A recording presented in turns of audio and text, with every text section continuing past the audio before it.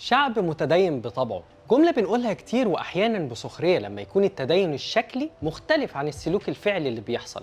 لكن خلينا نقول إن هي جملة حقيقية ومعبرة فعلا، لأن الدين بيمثل ركن أساسي في شخصية المصري، سواء من خلال اتجاهاته، أفعاله أو حياته بشكل عام. وبطبيعة الحال أي حاكم أو سلطة سياسية بتحاول توصل لأفضل طريقة للتواصل أو التأثير في الشعب، مش بس للحفاظ على سلطته لكن كمان لتحقيق الأمن والسلم العام. ومن هنا كانت العلاقة ما بين السلطة السياسية والدين في مصر، أو الدين والحكم في مصر مواقف فاصلة، كتاب للباحث دكتور شريف شعبان.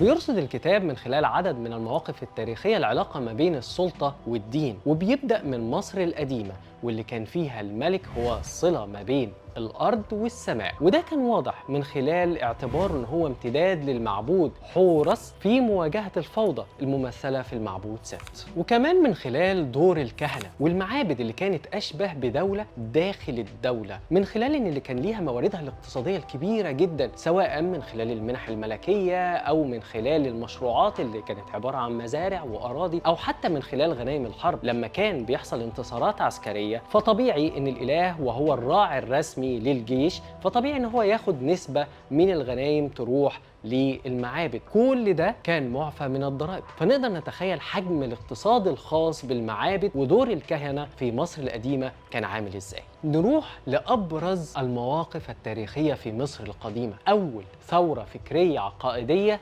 شاملة، وهي دعوة إخناتون التوحيدية. لكن خلينا نقول إن البداية ما كانتش من عند إخناتون، لكنه كان الأكثر تمردا وجرأة، لأن كان في بدايات من خلال جده تحتمس الرابع وأبوه أمنحتب الثالث في الحد من سيطرة كهنة آمون بطرق مختلفة، منها على سبيل المثال دمج الإله آمون مع الإله رع في الإله آمون رع، أو دعم معابد الإله آتون واعتباره الراعي الرسمي للملكية، لكنهم سابوا عبادة المعبودات الأخرى. لكن إخناتون لغى المعبودات كلها وضيق على ممارسة عبادتها. مش بس كده، ده نقل مقر الحكم وبنى عاصمة جديدة للدولة المصرية كان اسمها أخيتاتون. في ملحوظة تانية، إن هذه الثورة الدينية صاحبها ثورة تانية خالص في الفن، كانت بتتحرر من المعايير المثالية، وده اللي بيبقى واضح جدا لما بنشوف تماثيل إخناتون اللي كانت مختلفة تماما عن كل تماثيل الملوك اللي قبله. طب دول ملوك المصريين، إنما إيه الوضع مع غزاة بديانات مختلفة؟ مثلا الهكسوس اللي عرفت من خلال الكتاب إن هم ما جوش نتيجة غزو بانتصار عسكري، لا، هو استغلال لضعف رقابة الدولة على الحدود، وبالتالي كان في موجات هجرات متتالية واستقرار في شرق الدلتا، حاجة كده شبه هيتمسكنوا لحد ما تمكنوا، أقاموا دولة في الشمال. والمصادر بتختلف، هل هم سخروا من معبودات المصريين ولا احترموها؟ الفرس كان موقفهم واضح، كانوا متعالين على معبودات المصريين، وكان رد المصريين واضح من خلال التوثيق التاريخي لهلاك كتيبة الملك قمبيز اللي كانت رايحة تدمر معبد آمون بسيوة، سواء هل بالفعل ده كان غضب إلهي وبالتالي هلكوا في الرمال المتحركة، ولا كان في بالفعل مقاومة من المصريين للاحتلال الفارسي. على العكس كان الاسكندر اللي احترم معبودات المصريين وراح معبد آمون بسيوة لينال البركة، على الرغم من ان كان فيه معابد كتير لآمون في وادي النيل. ومن بعده البطالمة اللي مش بس احترموا معبودات المصريين، لا دول كمان مزجوا ما بين معبوداتهم ومعبودات المصريين في ثالوث سيرابيس. أما الحملة الفرنسية فأكيد كلنا عارفين محاولات تقرب نابليون من المصريين. مش بس كده، ده كمان ميتو وهو اللي تولى الحملة الفرنسية بعد مقتل كليبر أعلن إسلامه وتزوج من مسلمة. وجود اليهود في مصر وتفاعلهم مع الأحداث المختلفة سيطر عليه البراجماتية الشديدة. هنلاقي ده بشكل واضح جدا في تعاملهم مع المحتلين زي الفرس والبطالمة. موضوع اليهود في مصر أفرد ليه شريف شعبان فصل كامل أكد فيه بالدلائل إن فرعون موسى لا هو رمسيس الثاني ولا ابن مريم بتاعها. أما المسيحية فكانت وجهة العائلة المقدسة بحثا عن الأمان، وفي مصر معظم محطات رحلة العائلة المقدسة. اسكندرية كانت منارة بينتشر من خلالها الفن والدين والفلسفة، وزي ما انتشرت عبادة الإلهة إيزيس وصولا لأرض المحتل في روما، انتشرت المسيحية في أرجاء العالم القديم. بيسرد الكتاب تعامل الأباطرة الرومان مع المسيحية، أولا من لا مبالاة وعدم اهتمام، وبعدين اضطهاد شديد، وصولا لشكل من اشكال التعامل السياسي زي ما انا شفته من خلال اعتناق الامبراطور قسطنطين للمسيحيه. مش بس كده، محاولاته للتوفيق بعد حدوث حالات انقسام مذهبي. لفت انتباهي تفسير الباحث لاسباب اضطهاد الامبراطوريه الرومانيه للمسيحيين رغم شهرتها بتسامحها الديني، وده لان المسيحيه شكلت خطوره سياسيه واجتماعيه على الامبراطوريه الرومانيه، لان المسيحيين رفضوا الانخراط في الوظائف العامة وفي التجنيد. كمان عالمية المسيحية وإيمانها بالمساواة، وده كان عكس النظام الطبقي الحاد في المجتمع الروماني. تاني حاجة لفتت انتباهي هو العنف المضاد بعد انتشار المسيحية ضد الوثنيين، وده ظهر من خلال تحويل العديد من المعابد إلى كنائس أو حوادث اغتيال الوثنيين، ومن أشهر هذه الحوادث اغتيال الفيلسوفة هيباتيا. فتح ولا غزو؟ طب الفتح أو الغزو تم بالصلح ولا بالسلاح والعنف؟ دول سؤالين مطروحين في بداية فصل بعنوان حكم الخلفاء، هل أتى الإسلام للحكم أم للحياة؟ وفيه بيتعرض الباحث لمواقف مختلفة تأثرت مصر بالصراع على الخلافة، سواء في عهد عثمان بن عفان أو بين معاوية بن أبي سفيان والإمام علي بن أبي طالب. سؤال كمان بيطرحه الكتاب، هل تغيرت حياة المصريين للأفضل؟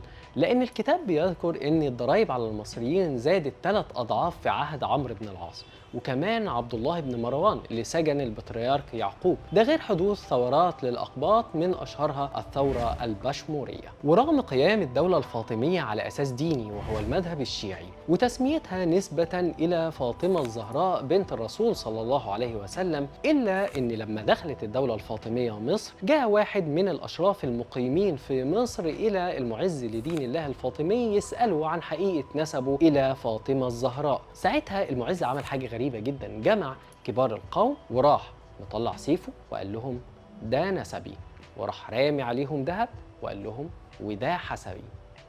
واضح ان كان مقنع قوي. نظرا لطبيعه المذهب الشيعي، فالحاكم الفاطمي كان بيعتبر اسمى من البشر، لكن واحد من اغرب الحكام اللي حكموا مصر في عهد الدوله الفاطميه كان الحاكم بامر الله اللي ادعى الالوهيه. مش بس كده، ده 2 من المبشرين اللي دعوا لالوهيته وهم حمزه بن علي ومحمد بن اسماعيل الدرزي. بتختلف المصادر عن مين فيهم هو مؤسس العقيده الدرزيه. مش بس ادعاء الالوهيه، ده كمان لمده 7 سنين من حكم الحاكم بأمر الله ما كانش ينفع تلاقي واحدة ست ماشية في الشارع، وصولا طبعا لغموض موته وعدم العثور على جثته. أما سليم الأول السلطان العثماني اللي غزا مصر فده حدوتة تانية خالص. أخذ الخليفة العباسي المقيم في القاهرة كإجراء متبع من أيام الظاهر بيبرس بعد سقوط بغداد في أيدي المغول، باعتبار وجود خليفة عباسي في القاهرة لإطفاء الشرعية على الحكم، لكن الحقيقي إن السلطان المملوكي هو اللي كان بيحكم بشكل فعلي. المهم سليم الأول أخذ الخليفة العباسي لإسطنبول، وبعد كده بعدد من السنين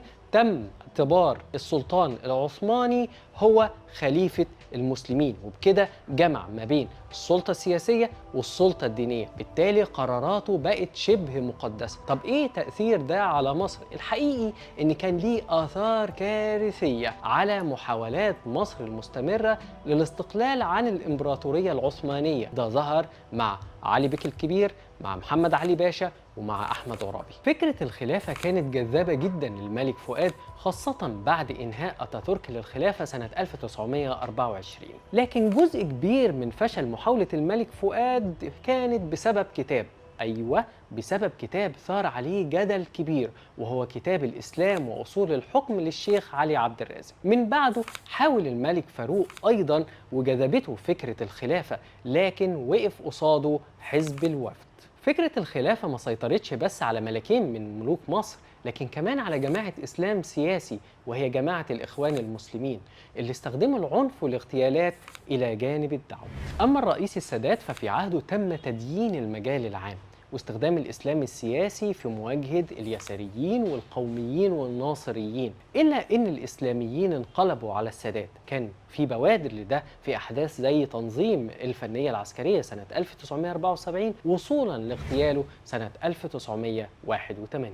الدين والحكم في مصر، مواقف فاصلة لدكتور شريف شعبان، كتاب بيرصد عديد من المواقف اللي بتوضح العلاقة ما بين السلطة السياسية والدين في مصر، وكأن تاريخ مصر بينكتب من خلال طبيعة العلاقة دي. كان نفسي يبقى في الكتاب مساحة أكبر للتحليل والتعليق على المواقف دي، لكن في المجمل الكتاب وجبة تاريخية دسمة للعديد من النقاط المفصلية في تاريخ مصر المبنية على العلاقة ما بين السلطة السياسية والدين، من أول توحيد القطرين لغاية اغتيال السادات. لو عجبكم الفيديو اعملوا لايك، اشتركوا في القناة، فعلوا الجرس. أنا خالد منصور وأشوفكم الفيديو الجاي.